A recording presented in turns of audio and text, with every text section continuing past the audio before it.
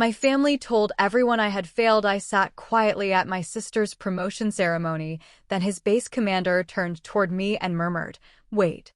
You're—" The room froze. Even my father couldn't speak.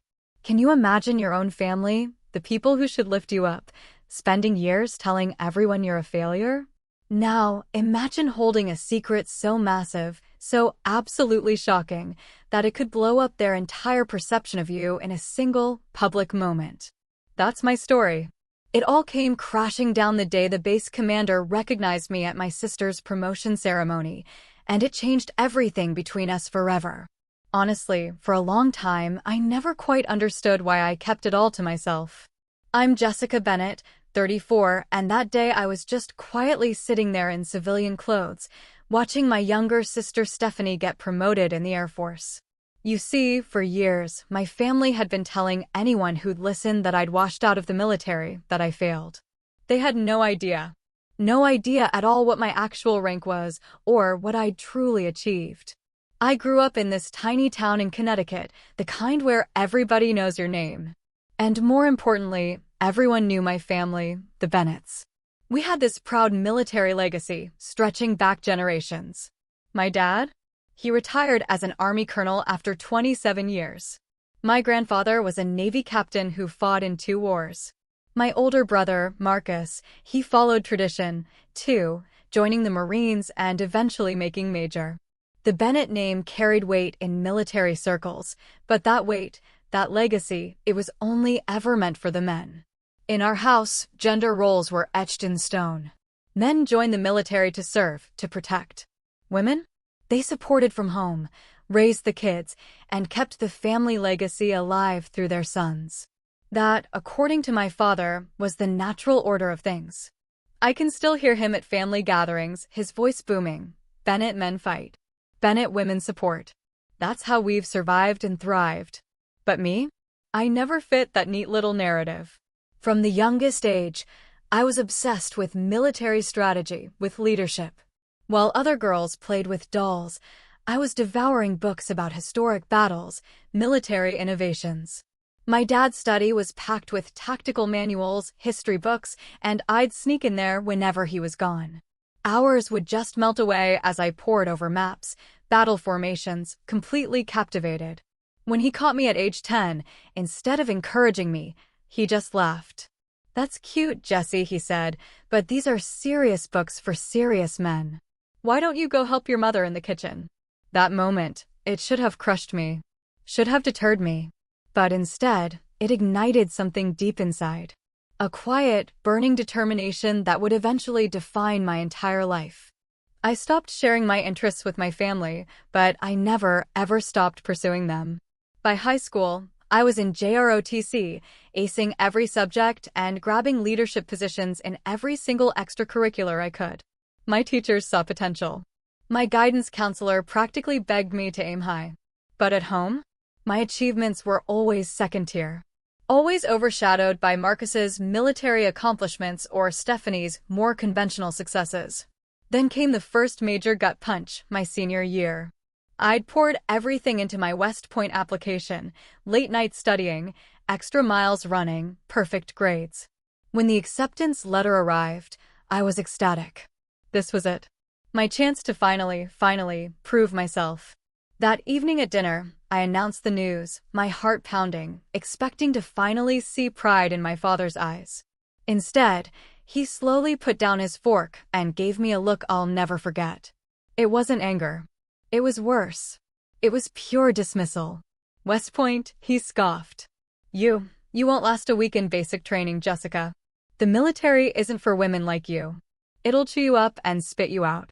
My mother reached for my hand, her voice soft but loaded. "Honey, why would you want that? You're so smart. You could go anywhere, do anything.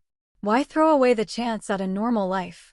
Marriage, children. Don't you want that?" Marcus, home on leave, just laughed out loud. "Sis, you can barely handle camping in the backyard. What makes you think you can handle military life?" The only one who stayed silent was Stephanie, 2 years younger than me. She just watched, her eyes darting between us, saying nothing. I'm going, I said, my voice surprisingly steady despite the hurricane raging inside me. I've been accepted, and I'm going. My father just shook his head. You'll be back home within a month. Mark my words. And we'll have to listen to you explain why you failed for the rest of our lives. That night, I celebrated alone in my bedroom. No cake, no congratulations, no family photos. Just me, my acceptance letter, my unshakable determination, and the first inkling that my path forward might be a solitary one. What I didn't realize then was that this moment would set the pattern for the next 15 years of my life. Every milestone, every achievement, would be met with the same dismissal. And slowly, I would stop sharing them altogether. The summer before West Point was tense. My father barely spoke to me, treating my decision like some temporary teenage rebellion. My mother alternated between desperately trying to change my mind and sadly packing my things, as if sending me off to some tragic fate. Marcus kept up his teasing whenever he called. Stephanie remained the quiet observer, never taking sides. You know, my father said the night before I left, there's no shame in admitting when something isn't for you. When, not if, you decide to come home, we'll welcome you back. The Bennett name still means something, even if you stumble.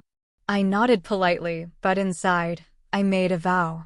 I would never come home defeated. I would rather not come home at all. The next morning, my family drove me to the bus station, not West Point, a 4-hour drive they clearly didn't want to make. As the bus pulled away, I watched them shrink in the rearview mirror. My father's face was already set in anticipated disappointment. My mother wiped tears. Marcus checked his watch. And Stephanie, for just a moment, raised her hand in what might have been a genuine gesture of support. It was the last time I would allow myself to look back for a very, very long time. West Point hit me like a physical blow. Despite all my preparation, nothing could have truly readied me for the sheer intensity of those first days. The shouting, the relentless discipline, the physical demands that pushed me to my absolute limits. It was everything my father had warned me about and more. That first night, lying in bed, after the most grueling day of my life, my muscles screamed. My mind reeled from information overload. I wondered if he had been right all along. The other cadets seemed to move with more confidence, respond more quickly. Had I made a terrible mistake? I wrote letters home during those first weeks, not because I missed their support, I knew I wouldn't get it, but because I desperately wanted to prove I was still there, still fighting. The responses were infrequent and brief. My mother's notes were filled with local gossip and thinly veiled suggestions that it wasn't too late to reconsider. My father? He didn't write at all. But then, something unexpected happened amid the struggle. I started to find my rhythm, my strength. And more importantly, I found people who saw me. Really saw me. For the first time in my life. Diana Lewis became my first true friend at the academy. Unlike my family, she never questioned whether I belonged. When I mastered a difficult training exercise or aced an exam, her congratulations were genuine. When I struggled, her support was unwavering. You're going to make one hell of an officer, Bennett, she told me one night, polishing our boots side by side. I'd follow you into battle any day. It was such a simple statement, but after years of dismissal, it felt revolutionary. Then came the setback that nearly ended everything. During a training exercise in our second year, I suffered a serious leg injury, a bad break that required surgery and months of recovery. For weeks, I was confined to the medical facility, watching my classmates continue their training without me. The doctors were concerned about my recovery timeline. There was talk of medical discharge, of no shame in recognizing limitations, words that echoed my father's predictions so closely they haunted my dreams. It was during this dark period, when I was closest to giving up, that Captain Rebecca Mitchell entered my life. A decorated officer assigned to oversee cadet training, she made an unexpected visit to my hospital room. "I've been watching your progress, Cadet Bennett," she said, sitting beside my bed. "Before your injury, you were on track to graduate in the top 5% of your class." I looked away, tears stinging my eyes. "That doesn't matter much now, does it, ma'am?" "It matters entirely," she replied sharply. "Because it tells me exactly what you're capable of. This injury? It's just data. Another problem to solve." And from what I've seen, solving problems is what you do best. Captain Mitchell visited regularly during my recovery, bringing tactical problems for me to solve, leadership scenarios to analyze. When I could finally begin physical therapy, she arranged for additional sessions beyond what was prescribed. When I doubted my ability to catch up, she pushed harder. The military doesn't need more soldiers who've never faced adversity, she told me. It needs leaders who know exactly how to push through it. With her mentorship and my own stubborn determination, I not only recovered, but excelled. By graduation, I had indeed achieved that top 5% standing Captain Mitchell had predicted. The day I received my commission, my family attended out of obligation rather than pride. They applauded politely as I crossed the stage, but there were no enthusiastic cheers, no beaming smiles. At the reception afterward, my father shook my hand formally. Well, he conceded, you proved me wrong about making it through. But the real military is different from school. That's when we'll see. My first assignment filled me with a sense of purpose and excitement I'd never known. For the first time, I had real responsibility. Not just training exercises, but actual leadership challenges with real consequences. I thrived on it. The structured environment, the clear chain of command, the emphasis on problem-solving and adaptability, it suited me perfectly. My superior officers noticed. Evaluations praised my innovative thinking and natural leadership abilities. I earned a reputation for finding solutions to logistical challenges that others deemed impossible. I felt at home in a way I never had in my actual home. When my promotion to lieutenant came through, I called my parents, hoping that this tangible proof of success might finally earn their approval. That's nice, dear, my mother said. But when are you going to transition to something more suitable for starting a family? You're not getting any younger. My father took the phone. Lieutenant is just the beginning, Jessica. Let's see if you make it to captain before celebrating. Most wash out at your level. A week later, Stephanie called to announce she was joining the Air Force, the right way, meaning through officer training school rather than a military academy. My father's pride was audible, even through the phone line. Now that's a Bennett, he boomed. Stephanie knows how to do things properly. She'll go far, mark my words. That Christmas, the contrast couldn't have been more stark. The entire dinner conversation revolved around Stephanie's upcoming Air Force career. My father offered advice, shared contacts, reminisced about his own service. When I attempted to share an achievement from my own work, he cut me off. Jessica's playing at being a soldier in between filing paperwork, he told the extended family with a dismissive wave. Meanwhile, Stephanie is following the real Bennett tradition. Something broke in me that night. After dinner, when my father cornered me to explain again why I would never succeed long-term in military service, I made a decision. You know what, Dad? I said, my voice quiet but firm. You're right. My path is different. So different that from now on, I'm not going to bore you with the details. He smiled, interpreting my words as an admission of his correctness rather than the boundary they actually were. From that point forward, I stopped sharing my military career with my family. No more updates on promotions, no stories about my deployments or responsibilities. If they asked, I gave vague answers about the usual or same old paperwork. Eventually, they stopped asking altogether. What they didn't know couldn't be diminished. What they couldn't see couldn't be dismissed. My silence became my shield, and behind it, I was free to excel on my own terms. While my family believed I was stagnating in some obscure administrative role, my career was accelerating at an unprecedented rate. My problem-solving abilities and leadership style caught the attention of senior officers who began requesting me for increasingly complex assignments. In 2008, I was selected for a coveted position within Special Operations Command, a role that required top security clearance and placed me at the center of some of the military's most sensitive missions. The selection process was grueling, with a washout rate over 70%. When I received the news of my acceptance, I celebrated alone in my apartment with a single glass of champagne. There was no one to call, no one who would truly understand what this achievement meant. It was during this assignment that I met Ryan, an intelligence officer whose analytical mind matched my own. Our relationship developed slowly, built on mutual respect and shared experiences that civilians could never fully understand. When we eventually married in a small ceremony on base, my family attended out of obligation, looking uncomfortably out of place among my military colleagues. "What exactly does your husband do?" my mother whispered during the reception. "And what do you do now? You've been so secretive." "We both work in military intelligence," I answered truthfully but vaguely. That's all I can really say. My father interpreted the secrecy as embarrassment rather than classification requirements. He cornered Ryan by the bar.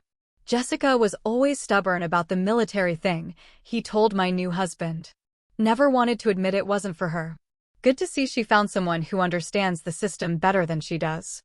Ryan, to his credit, remained polite despite his obvious confusion. Later that night, as we prepared to leave for our honeymoon, he asked the question that had been brewing all evening. "Why does your family think you're some kind of military failure? Your father talked to me like I was babysitting you through a career you can't handle." I sighed, finally sharing the full history of my family's dismissal. "It's easier this way," I explained. "They've created a narrative about me, and anything I say to contradict it just creates conflict. So, I let them believe what they want." "But you're one of the most respected officers in your division," Ryan protested. "Your work has literally saved lives. How can they not know who you really are?" "Because they've never wanted to," I answered simply. As my security clearance level increased, so did the legitimate reasons for my privacy. My rapid promotions continued, fueled by a series of successful operations that earned commendations I couldn't display and recognition I couldn't acknowledge outside classified circles. Meanwhile, my family's narrative about me evolved. No longer was I just failing at a military career. Now I had mental health issues that explained my privacy and reluctance to discuss my work. This new story spread through family gatherings and hometown connections like wildfire. "Such a shame about Jessica," I overheard my aunt telling a cousin at a family reunion. "Military experiment didn't work out, and now she's too proud to admit it. Mary says she's got anxiety problems now. Can't even talk about what she does." My mother did nothing to correct these misperceptions. Instead, she fed them with concerned glances and vague references to supporting Jessica through her challenges, all while continuing her campaign to fix my real problem, my focus on career over family. "I met the nicest young man at church," became her standard greeting during our increasingly infrequent phone calls, despite my marriage to Ryan. "He's leaving the service to start his own business. Much more stable for raising children." While my family constructed this fictional version of my life, my sister Stephanie continued along her conventional military path. She advanced at a normal rate, earning standard promotions and assignments that my father celebrated as exceptional achievements. Every family gathering featured updates on Stephanie's latest accomplishment, always followed by a concerned glance in my direction and a quick subject change. "Stephanie's been selected for the leadership training program," my father announced proudly during a Thanksgiving dinner. Following in my footsteps, just as a Bennett should. He turned to me, lowering his voice to what he probably thought was kindness. "Not everyone is cut out for advancement, Jessica. There's no shame in serving in a supporting role." Ryan squeezed my hand under the table as I nodded and smiled, knowing that just the previous month, I had designed the strategic framework for the very program Stephanie was entering. After that holiday, Ryan and I made the difficult decision to limit our family interactions to major events only. The constant dismissal was taking a toll on both of us, creating a tension that followed us home like an unwelcome shadow. "I hate watching them underestimate you," Ryan confessed. "It makes me want to tell them exactly who they're talking down to." I appreciated his protectiveness, but knew that revelations would only create more problems. "They wouldn't believe you anyway," I told him. "They'd just think you were trying to protect my feelings." Then came the mission that changed everything. A classified operation involving multiple military branches required coordination at the highest levels. The planning was intense, the execution flawless, and the results significant enough to earn private recognition from military leadership that couldn't be publicly acknowledged. In the aftermath, I was approached about a specialized leadership track, one that would place me on an accelerated path to becoming one of the youngest female generals in our branch's history. The selection was based on a combination of field performance, strategic thinking, and leadership potential that had been carefully observed over years. When the promotion came through, the ceremony was small and private due to security considerations. Ryan was there, along with a handful of colleagues with appropriate clearance levels. As the stars were placed on my uniform, I felt a complex mix of pride and sadness. Pride in the achievement. Sadness that the people who had raised me would never know or acknowledge this moment. That night, Ryan and I celebrated at home with takeout and champagne. No family calls, no announcements, just the quiet recognition between us of how far I had come despite every prediction of failure. To General Bennett, Ryan toasted, clinking his glass against mine. The secret success story. I smiled, but felt the familiar ache of family estrangement. Sometimes, I mused, I wonder if it would have been different if I'd fought harder to make them see me. Ryan considered this. Maybe, but at what cost? Would you have made the same decisions, taken the same risks, pursued the same path if you were constantly fighting for their approval? His questions stayed with me long after that night. Had the distance from my family actually enabled my success rather than detracted from it? Had their dismissal freed me to define achievement on my own terms? I was still pondering these questions when the invitation arrived for Stephanie's promotion ceremony. After rising steadily through Air Force ranks, she was being promoted to major. A significant achievement, absolutely worth celebrating.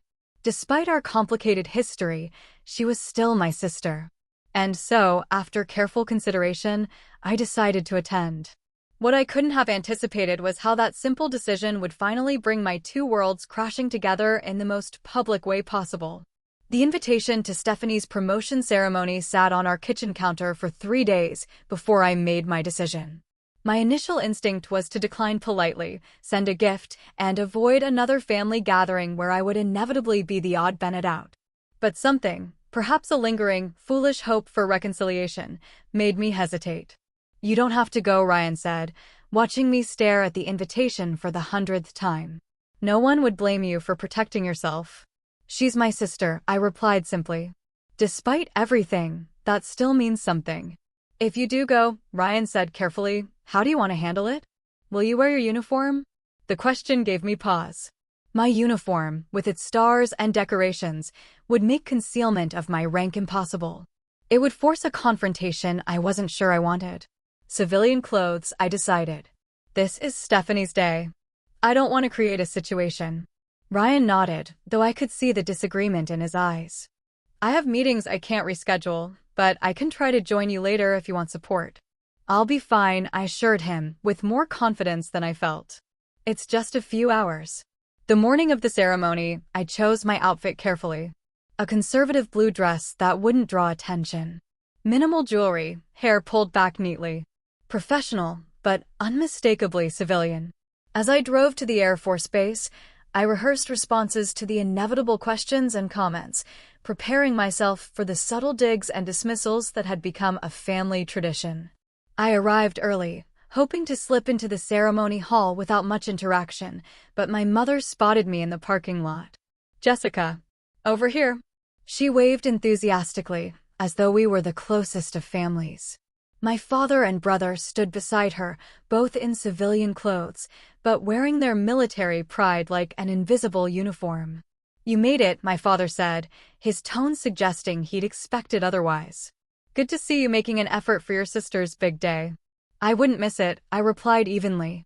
As we walked toward the ceremony hall, my mother linked her arm through mine, a gesture that felt more restraining than affectionate. You look nice, dear. A bit thin, perhaps? Are you eating properly? And your hair? You always had such pretty hair when you wore it down. Before I could respond, we were approached by a group of officers in Air Force uniforms. My father straightened perceptibly, shifting into his colonel persona with practiced ease. Colonel Bennett, one of the officers, greeted him warmly. It's an honor to meet you. Your daughter Stephanie speaks highly of your service. The honor's mine, my father replied, shaking hands firmly. The Bennett military tradition continues strongly with Stephanie. He placed a hand on my shoulder. And this is our other daughter, Jessica.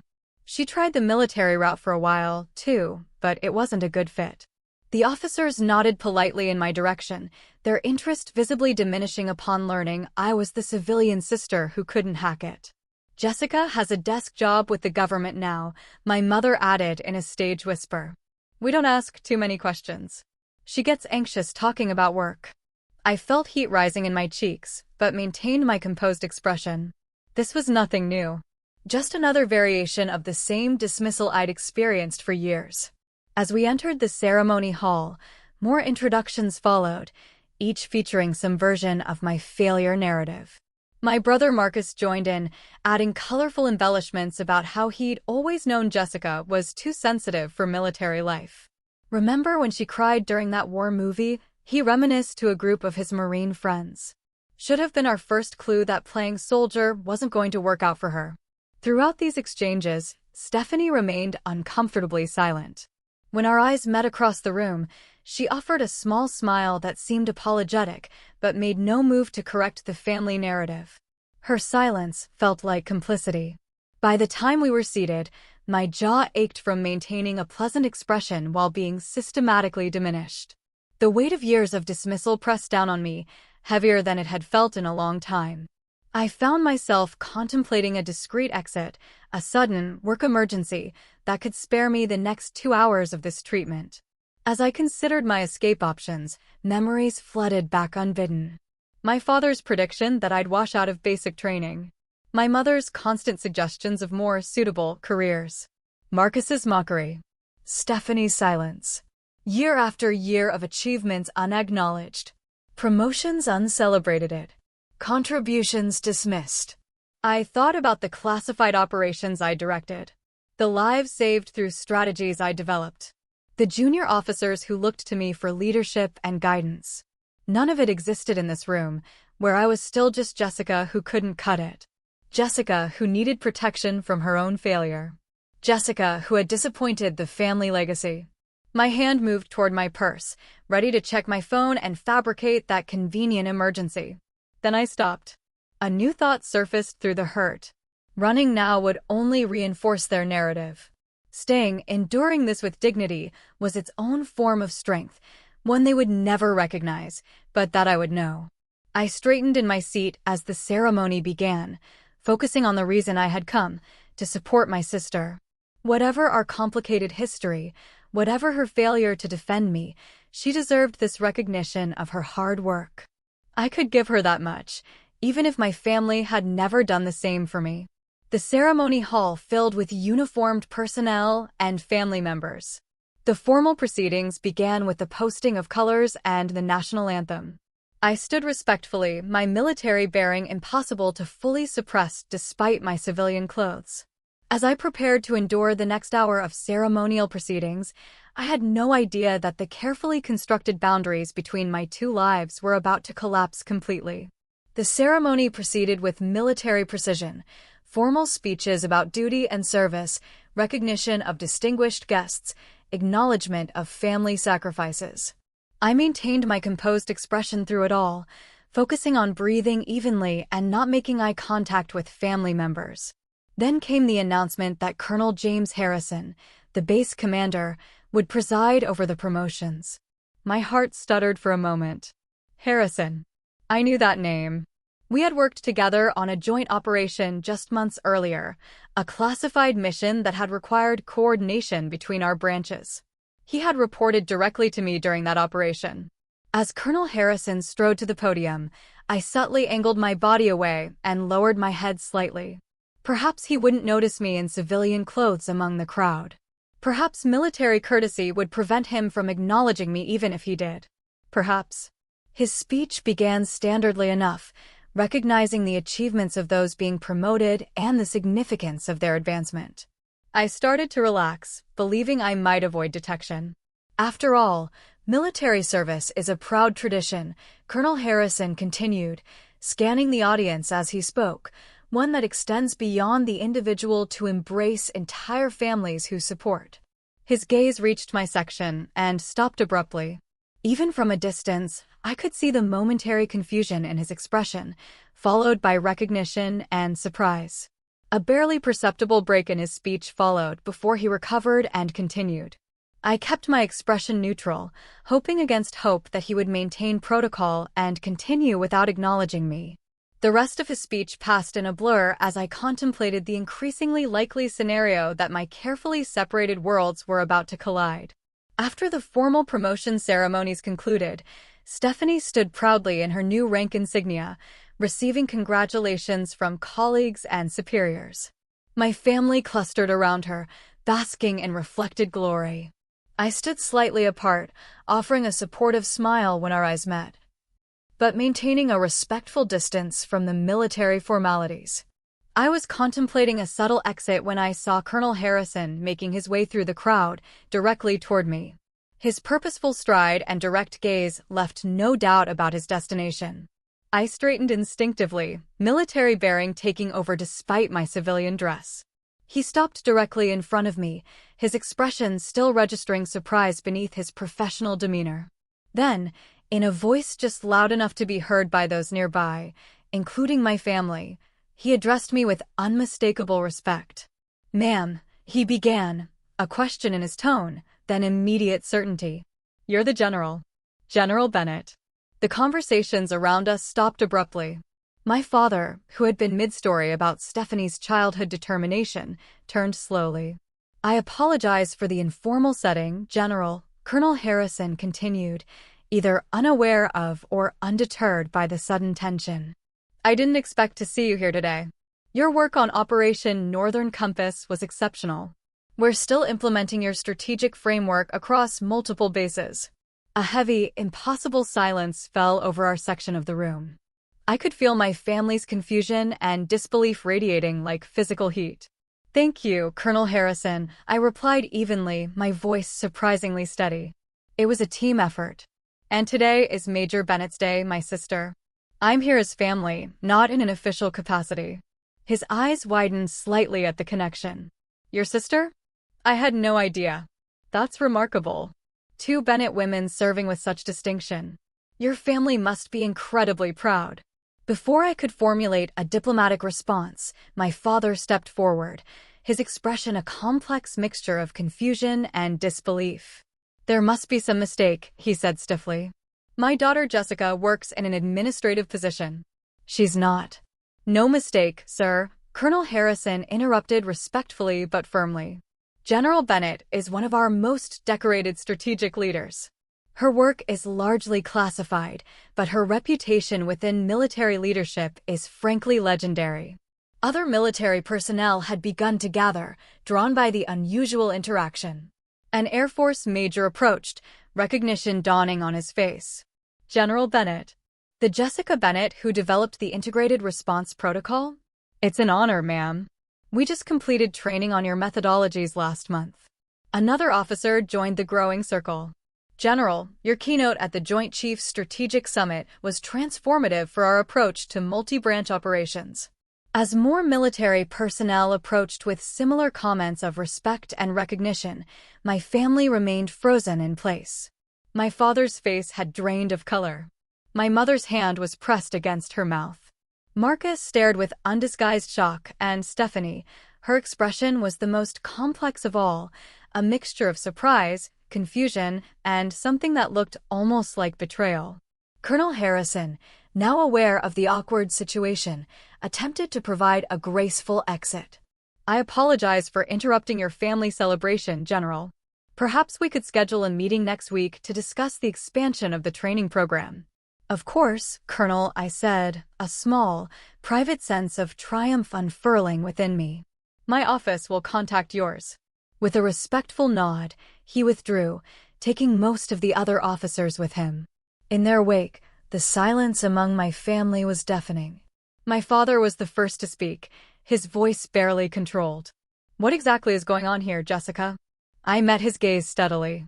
"Perhaps we should discuss this privately."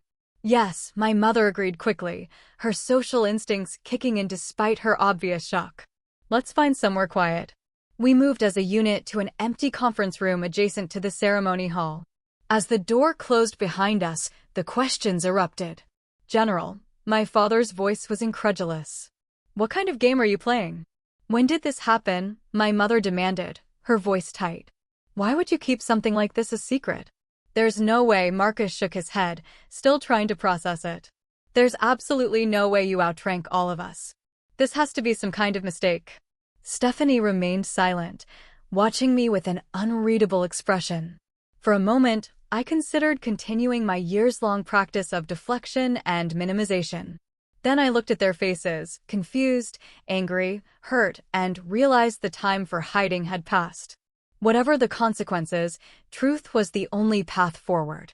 It's not a mistake, I said quietly but firmly. I am a general. Have been for over a year now.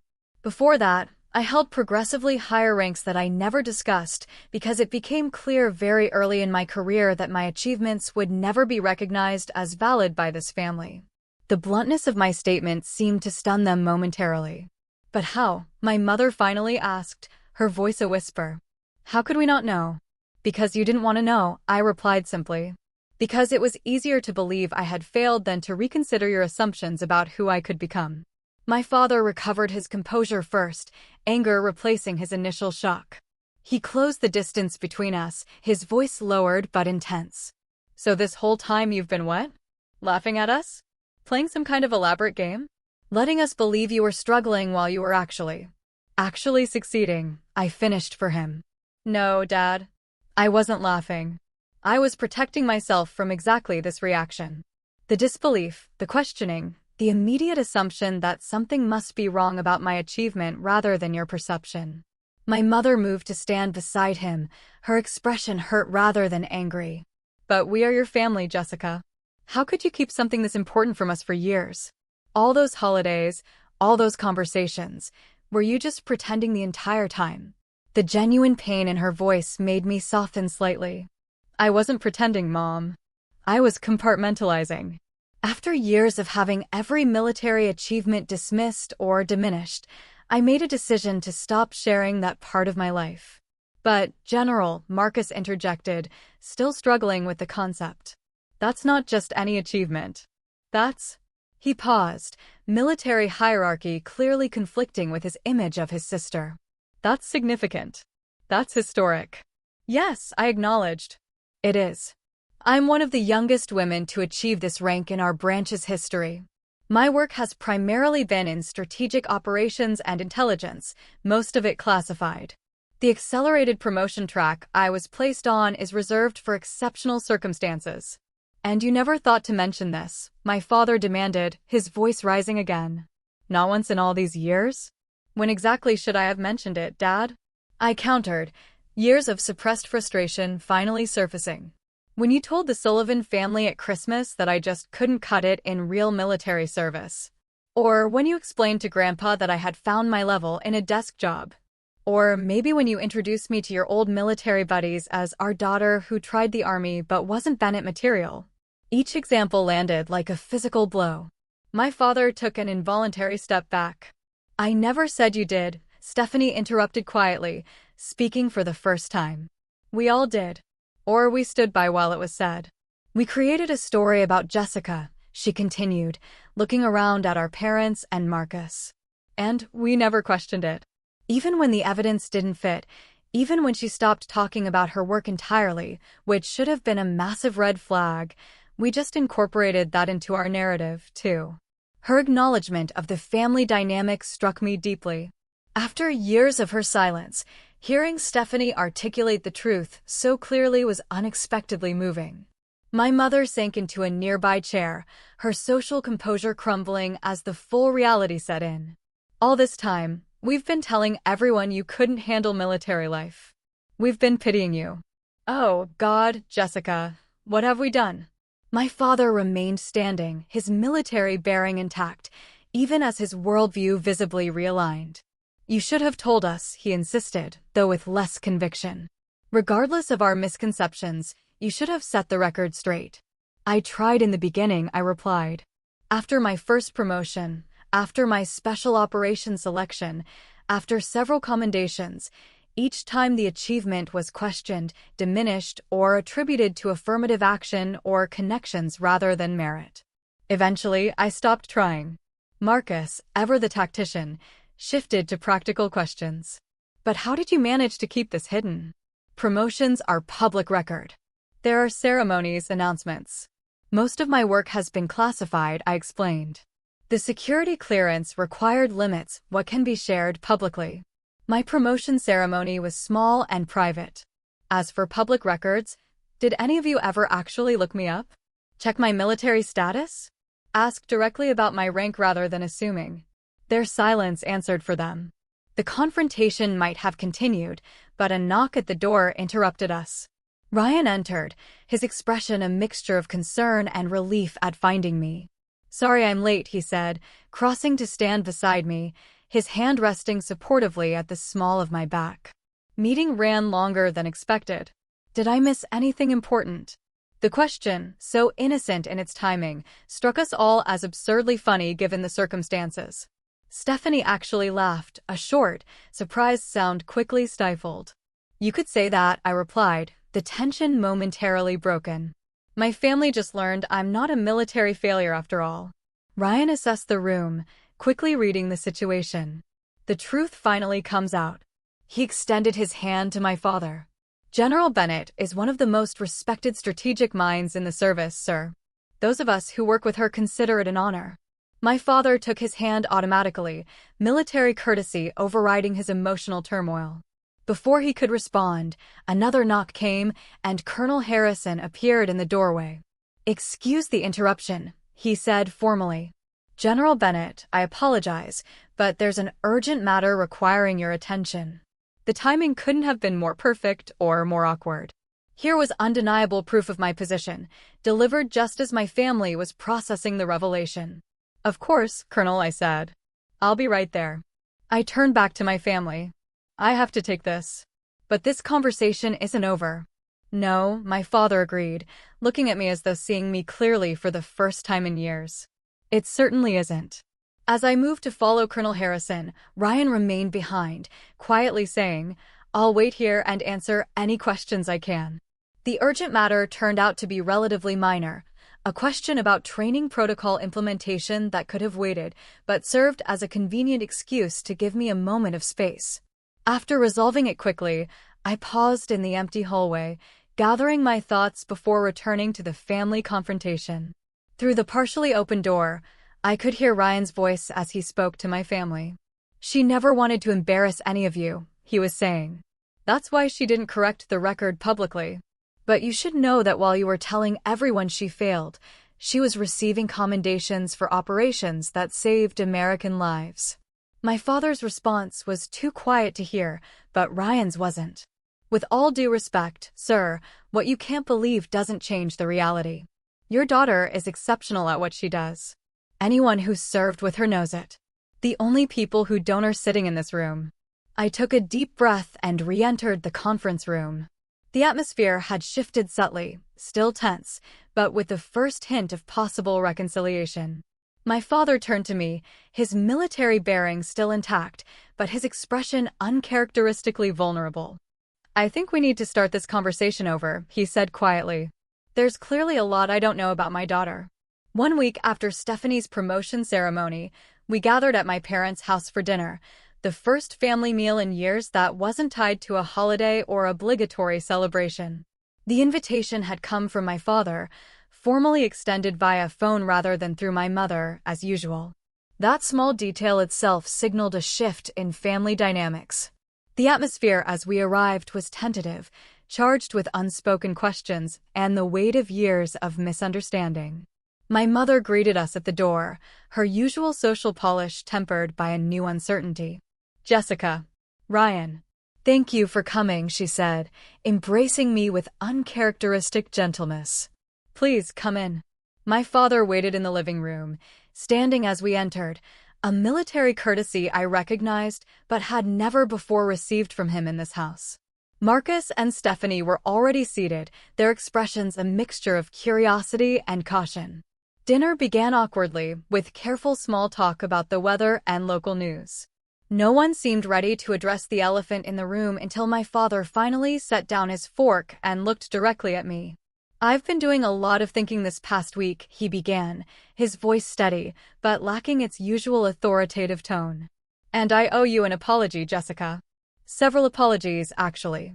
The statement was so unexpected that I found myself momentarily speechless. I made assumptions about your capabilities based on outdated thinking, he continued. I dismissed your achievements without ever really seeing them. And I created a narrative about your military service that was completely false. He struggled visibly with the next words. It's not easy to admit I was wrong, especially not about something so fundamental. But I was wrong about you, Jessica. Completely wrong. My mother reached for my hand across the table. We all were, dear. When Colonel Harrison called you General, I thought it must be some kind of mistake. But then Ryan explained about your work, your rank, everything you've accomplished. I just kept thinking, how could we not have known? Because I stopped telling you, I acknowledged softly. After years of having every achievement dismissed, I just stopped sharing that part of my life. That's on us, Marcus said, surprising me with his directness. We created an environment where you couldn't share your successes. That's not what family should do. Stephanie, who had been quietly observing, finally spoke. I knew something wasn't adding up. The way you carried yourself, your understanding of military matters, certain comments you made, but I never pushed past the family narrative. She met my eyes directly. I'm sorry, Jess. I should have been a better sister. The apologies were meaningful, but I knew that real healing would require more than words. I appreciate what you're all saying, I said carefully. But this isn't going to be fixed in one dinner. There are years of patterns to address. You're right, my father agreed, surprising me again. This is just a beginning. I'm not asking for immediate forgiveness. I'm asking for the chance to get to know my daughter, who she really is, not who I assumed she would be. I'd like that, I admitted. But it has to be different this time. I need to know that my achievements won't be dismissed or explained away. That you'll actually hear me when I speak. What can we do to prove that? My mother asked sincerely. For starters, you can ask questions. Real questions about my work, what I can share of it, without immediately filtering it through your preconceptions. You can acknowledge that my path, while different from what you expected, has value. My father nodded slowly. That seems entirely reasonable. The conversation gradually shifted, becoming more natural as my family began asking genuine questions about my career. I shared what I could about my work, my leadership philosophy, the challenges of my position. For the first time, I felt them listening, really listening, to who I was rather than who they'd expected me to be. As the evening progressed, I realized that while the hurt hadn't disappeared, something new was emerging in its place. The possibility of an authentic relationship, based on who we actually were rather than family mythology. The healing process continued over the following months, sometimes awkwardly, sometimes painfully, but steadily. My mother stopped suggesting alternative careers and began asking thoughtful questions about my current one. Marcus, after initial difficulty adjusting to our reversed hierarchy, found a new respect that gradually evolved into genuine brotherly pride. Stephanie and I developed a closer relationship as fellow military women, sharing experiences and perspectives we'd never before discussed. My father's journey was perhaps the most profound. His lifelong beliefs about gender roles and military service were fundamentally challenged by my success. It wasn't an easy transition for him, but I watched him wrestle with his preconceptions, gradually replacing them with a new understanding. 6 months after Stephanie's promotion ceremony, I received formal recognition for a strategic initiative that had transformed interbranch operations. The ceremony would be public, one of the rare occasions when my work could be openly acknowledged. After some consideration, I sent invitations to my family. I didn't expect them to attend. The venue was several states away, the timing inconvenient. I sent the invitations more as a gesture of inclusion than with any real expectation. So when I stepped onto the stage and saw them in the audience, all of them, dressed formally, sitting attentively, I momentarily lost my composure. My father sat straight-backed in his seat, his expression solemn, but his eyes unmistakably proud. My mother dabbed at tears beside him. Marcus and Stephanie, in uniform, stood at respectful attention. After the ceremony, as we gathered for photographs, my father approached. For a moment, he simply looked at me in my full dress uniform, stars on my shoulders, medals across my chest. I was wrong about you, he said quietly. I've been wrong about a lot of things. But I'm learning. He extended his hand formally. Congratulations, General Bennett. Your service honors our family. The words I'd once longed to hear now brought a complex mix of emotions, validation, certainly, but also the recognition that I'd long since stopped needing his approval to know my worth. Thank you, Dad, I replied, shaking his hand. Then, setting protocol aside, I hugged him briefly. That means something. But you should know, I would have done this even if you never recognized it. I had to learn to define success on my own terms. He nodded slowly, understanding dawning in his eyes. And that, he said, I suspect, is what makes you a good leader. In the months and years that followed, our family relationships continued to evolve. The old patterns occasionally resurfaced during moments of stress or conflict, but we now had the awareness and tools to recognize and address them. It wasn't perfect, but it was authentic in a way our previous interactions had never been. The most profound realization for me was that the journey had never really been about proving my family wrong. It had been about finding the freedom to be fully myself, to pursue excellence without the constant need for external validation. My family's recognition, when it finally came, was meaningful, but not defining. The true victory had been in the quiet moments along the way, when I'd chosen to believe in myself despite every voice suggesting I should doubt. So, what's the question I leave you with today? When faced with others' limited expectations of you, will you fight to change their minds? Or will you focus that energy on exceeding your own expectations instead?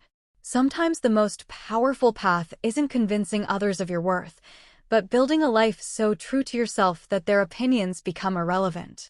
I'd love to hear your stories in the comments about times you've had to believe in yourself when others didn't. Remember to like this video if it resonated with you, subscribe for more stories about overcoming limitations, and share with someone who might need to hear that their path doesn't require anyone else's validation to be valuable. Thank you for listening to my story. Remember that the most important recognition will always be the kind you give yourself.